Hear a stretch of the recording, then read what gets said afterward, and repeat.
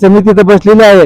जोपर्यंत आमची मागणी रमाई आवास योजनेच्या घरकुलाची संपूर्ण यादी प्रकाशित करत नाही तोपर्यंत आमचं उपोषण चालू राहणार आहे।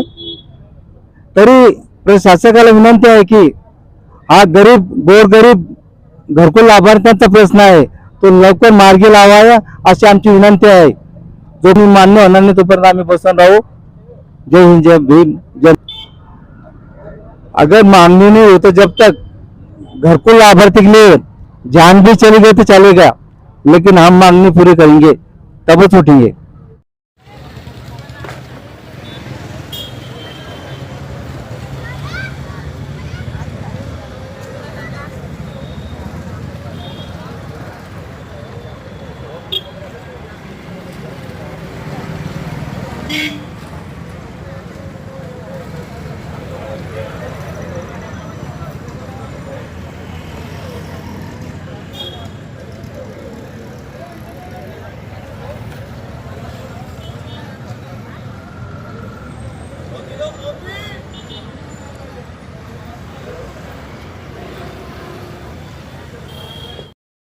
आमचे अध्यक्ष लक्ष्मण दादा कांबळे यांनी आज आमरण उपोषणाला बसलेले आहेत। त्यांच्या स्मरणार्थ आम्ही त्यांना सहकार्य करण्यासाठी कृती समितीचे सर्व सदस्य आम्ही आज त्यांच्यासोबत बसलेलो आहे।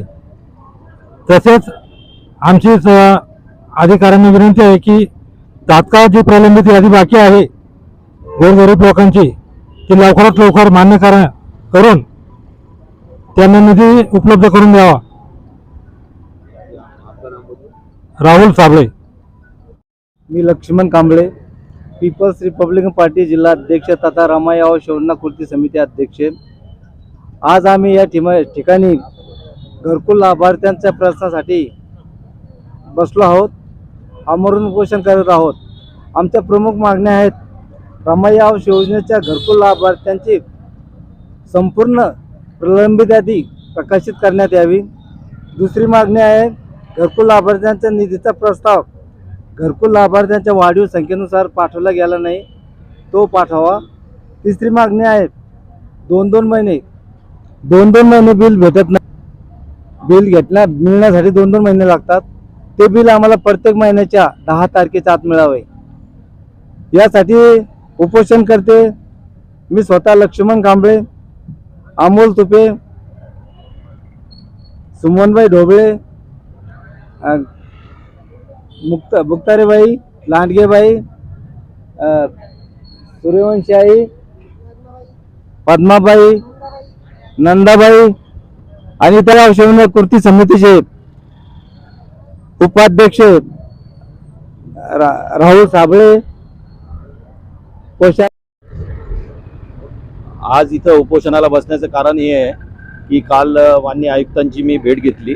त्यामध्ये श्री अविनाश भास्कर देशमुख जे आहेत त्यांना जो गव्हर्नमेंटकडं मुदतवाढीचा प्रस्ताव गेलेला आहे तर तो प्रस्ताव मान्य करण्यात येऊ नये म्हणून मी ही म्हणजे उपोषण केलेलं आहे।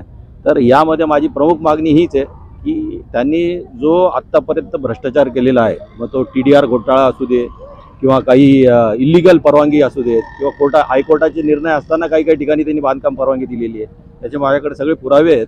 आणि दुसरी गोष्ट म्हणजे 1.5 वर्षापूर्वी एका 1.5 वर्षामध्ये पदोन्नती 2 वेळेस एका माणसाला 2 वेळेस पदोन्नती देता येत नाही कायद्यानुसार.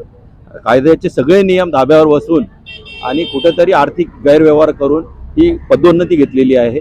तर माझं म्हणजे त्यांना आव्हान आहे की ही जी पदोन्नती आहे ती बेकायदेशीर आहे. तर त्यांना त्वरित त्यांची अँटी करप्शनकडून चौकशी करण्यात यावी आणि त्यांच्यावर गुन्हा दाखल करण्यात यावा.